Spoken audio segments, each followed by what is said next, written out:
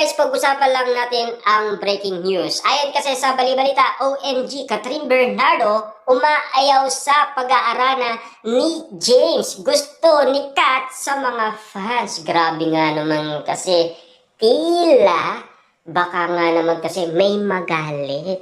Na alam niyo naman siguro ang pinopoint ng balibalita kundi si Mayor Mark Alcala. Tila sa pagpapanggap umano ni Catherine Bernardo, nagets umano ng iba't ibang mga netizens na talagang jowa ni Catherine Bernardo si Mayor Mark Alcala.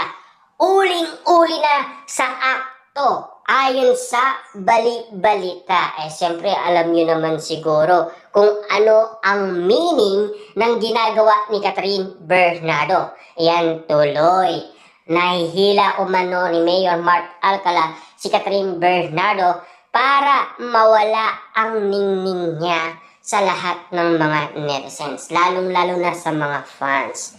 Actually kasi sa ganitong sitwasyon ni Catherine Bernardo, tila pababa ng pababa ang mga nakikita ng maraming tao kay Catherine Bernardo.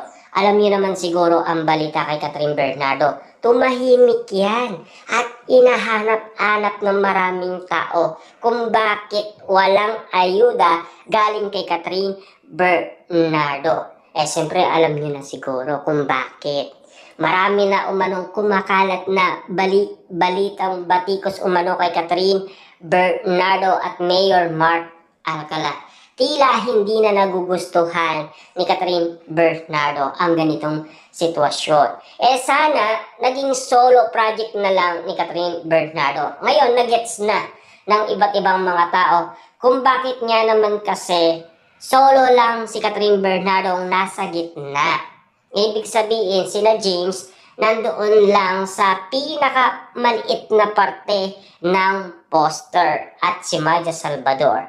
Ngayon, nagagets na nila. Baka nga naman kasi magalit yung jowa ni Catherine Bernardo. Pumayag nga naman kasi itong si Catherine Bernardo, baka nga naman kasi nandahil din kay Mayor Mark Alcala. Na alam niyo naman siguro, artista si Catherine Bernardo. Dapat maunawaan niya ni Mayor Mark Alcala.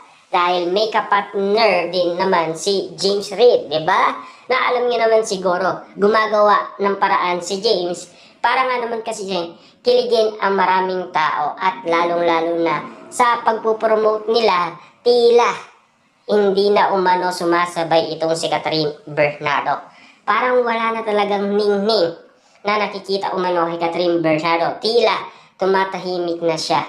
Tila hindi na nagugustuhan ni Catherine Bernardo ang ganitong sitwasyon. Sana si Catherine Bernardo kumuha na lang siya ng mga solo project.